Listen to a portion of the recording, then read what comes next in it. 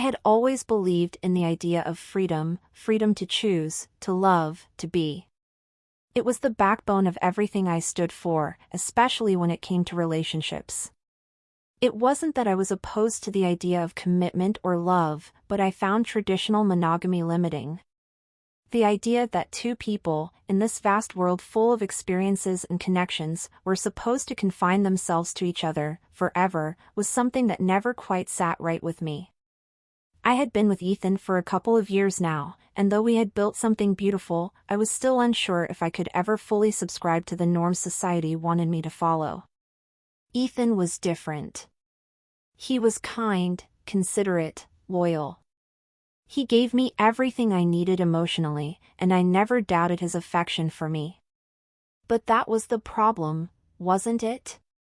His loyalty felt like a kind of restraint. He wanted something more traditional, more conventional, a relationship built on promises, commitments, and that age-old concept of monogamy. He tried to convince me that it was the right path, that security in a relationship was key. But all I could think was, only insecure men want monogamy.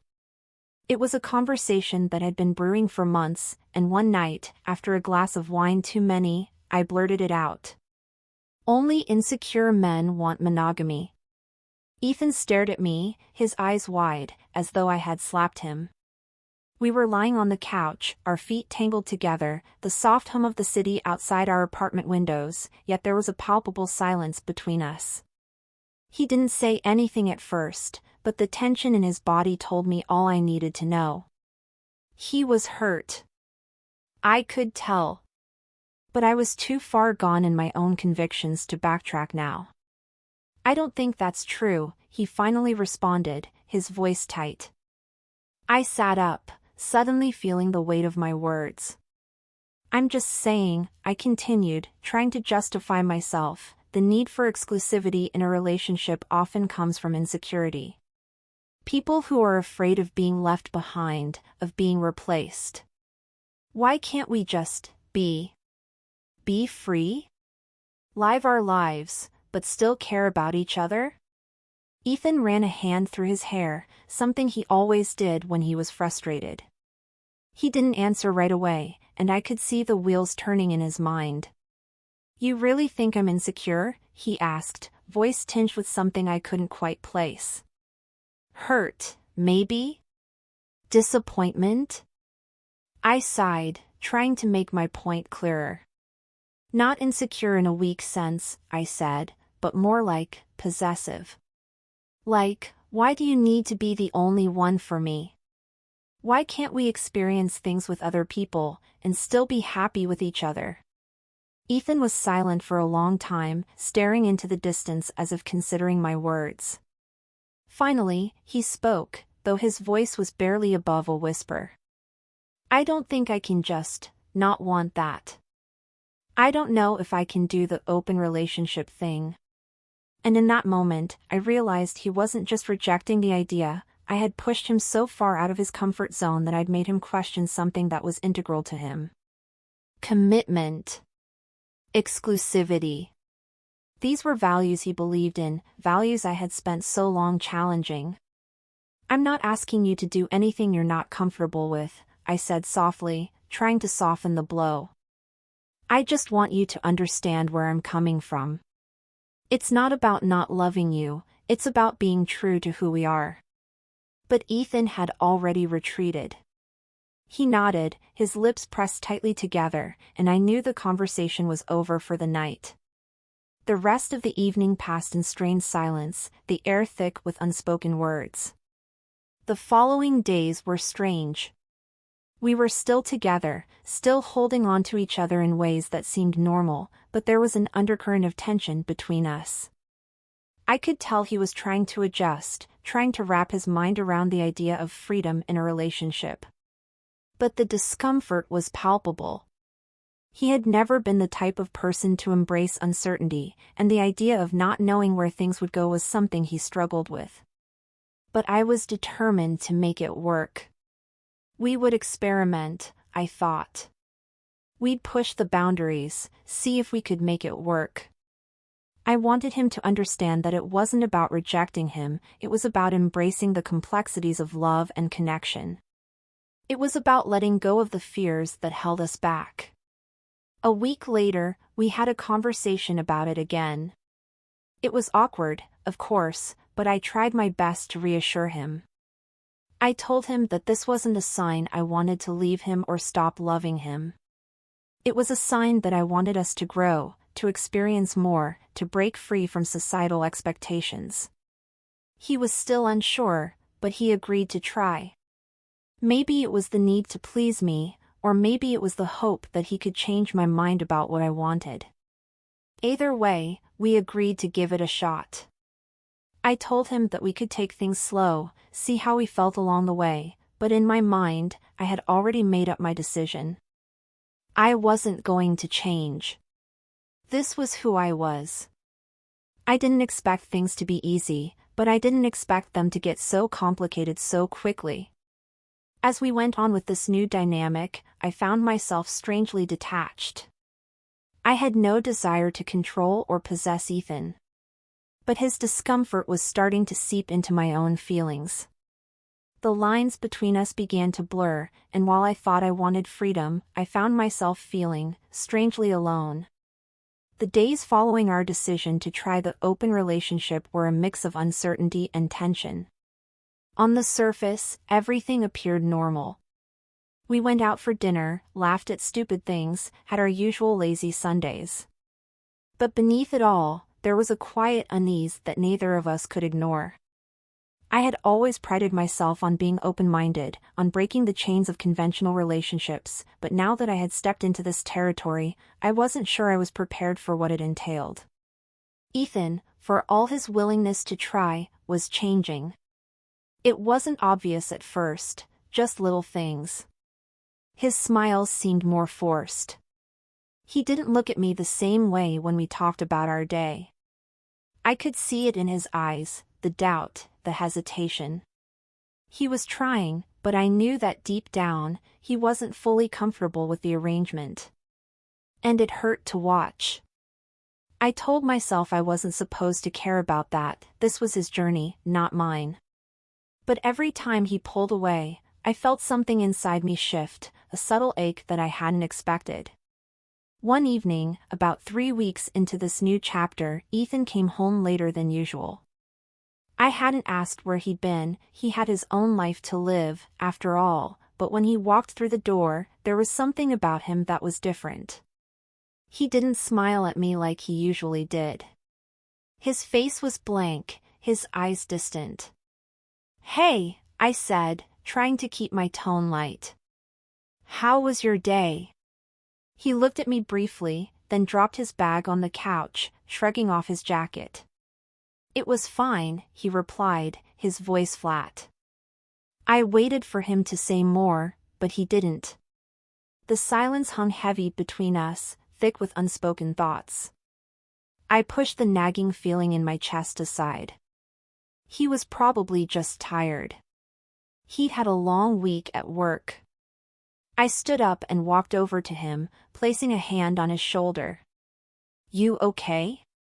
I asked, trying to meet his eyes. He met my gaze briefly before looking away. "Yeah, I'm fine." But I could see that something was off. It was like he was avoiding me.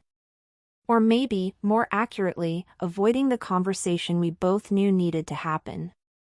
I tried to brush it off, but that night, after we went to bed, I couldn't sleep. I turned over, staring at the ceiling, listening to the sound of his steady breathing.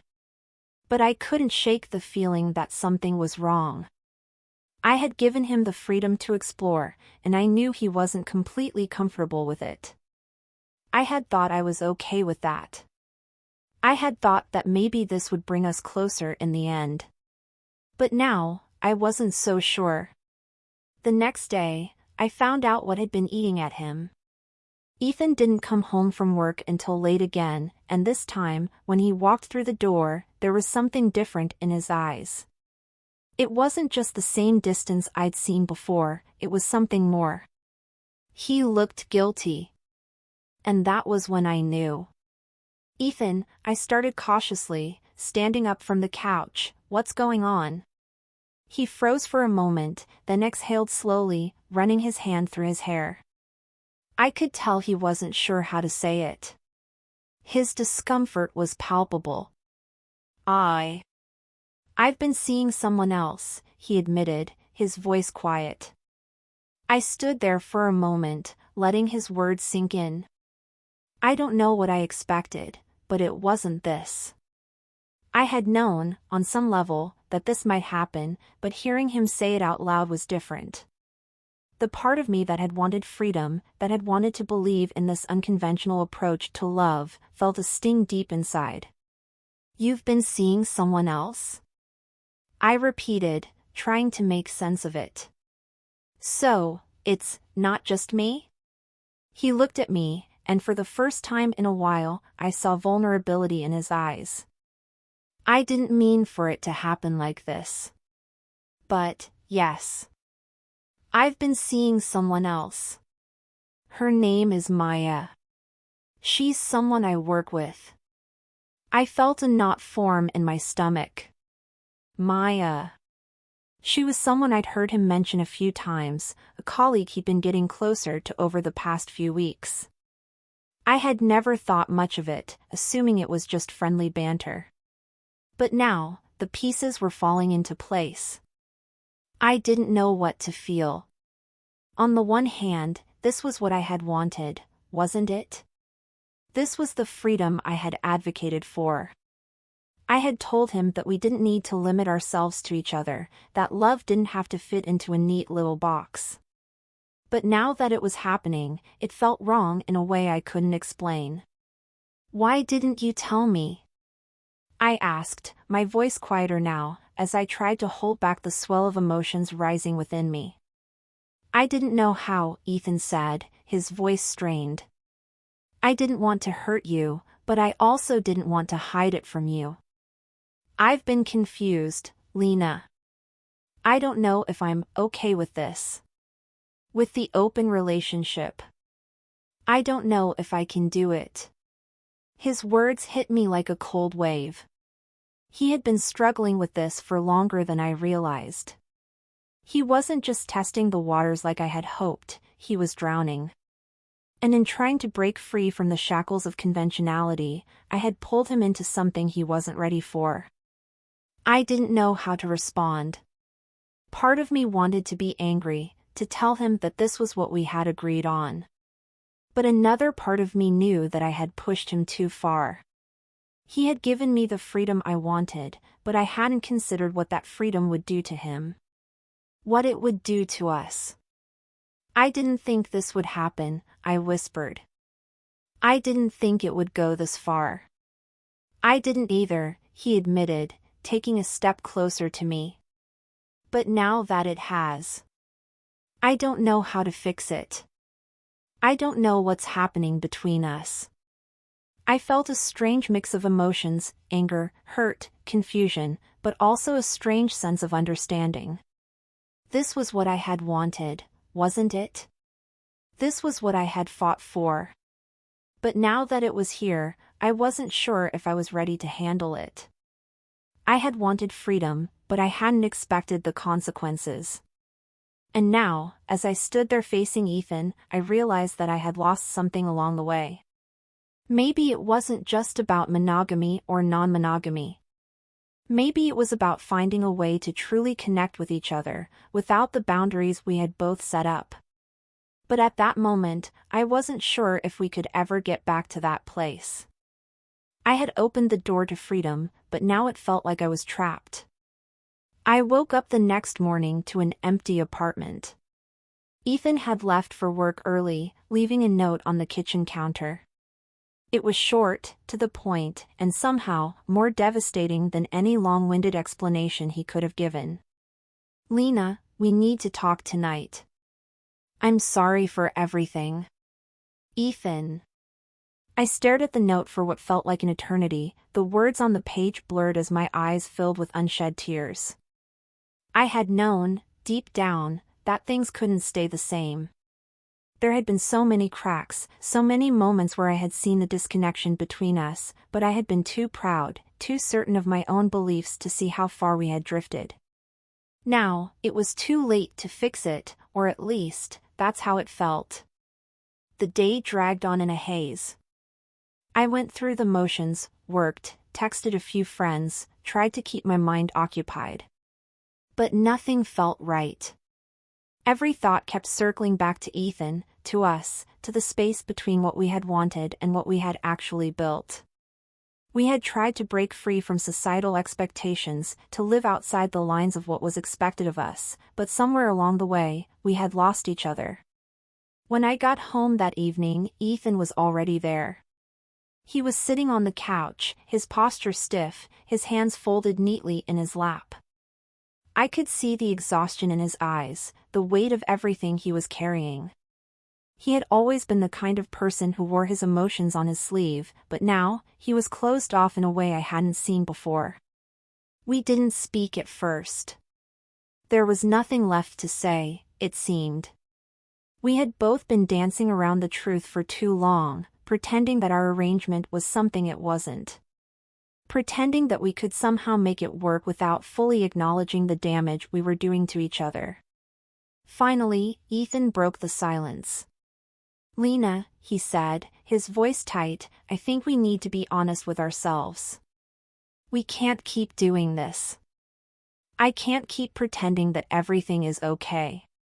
I sat down across from him, my heart pounding in my chest. "I know," I whispered. "I know it's not working. I thought I could make it work. I thought I could handle it. I thought I could, too," he replied, his voice cracking. "But I can't. I don't want to keep seeing other people, Lena. I don't want to keep feeling like I'm not enough for you." My throat tightened as his words hit me harder than I had anticipated. This was what I had feared all along. He wasn't just uncomfortable with the arrangement, he had been questioning his worth in our relationship. I had told myself that I was giving him the freedom to be himself, but in reality, I had pushed him into a space where he no longer felt secure, no longer felt valued. And I had done that without even realizing it. "I never meant to make you feel that way," I said softly, my voice shaking. "I didn't want you to feel like you weren't enough for me. But I think I was too focused on proving something to myself. I was trying to convince myself that this was the right way to love, but it wasn't." Ethan nodded, his eyes filled with a mixture of sadness and resignation. "I've been thinking a lot about what we've been doing. And I realized something. I don't want an open relationship. I want you. I want to build something with you, but I can't do that if I'm constantly wondering if I'm enough for you." I took a deep breath, the weight of his words sinking in. I had spent so much time fighting for the idea of freedom, for the idea that love could be something that wasn't confined by tradition. But in the process, I had forgotten the most important thing, that love, real love, requires connection. It requires trust. It requires vulnerability. "I don't know if I can give you what you need," I admitted, my voice barely above a whisper. "I don't know if I can be what you want me to be." For a moment, Ethan didn't respond. He just stared at me, his expression unreadable. Then, finally, he spoke. "I think we need some time apart. Not because I don't love you, but because we've lost our way. We need to figure out who we are without each other. Who we are when we're not trying to be something we're not." I nodded slowly, the truth of his words settling in my chest. Maybe this was what we needed. Maybe we needed space to understand ourselves, to figure out what we really wanted from life and love. "I agree," I said softly. "Maybe we need to step back and see if we can find our way back to each other. Or maybe we'll realize that we need different things. But I don't want to keep hurting you, and I don't want to keep pretending that everything is fine when it's not." Ethan stood up and walked over to where I was sitting. He reached out and took my hand, his touch warm, but uncertain. "I'm not giving up on us," he said quietly. "But I think we need to let go for now.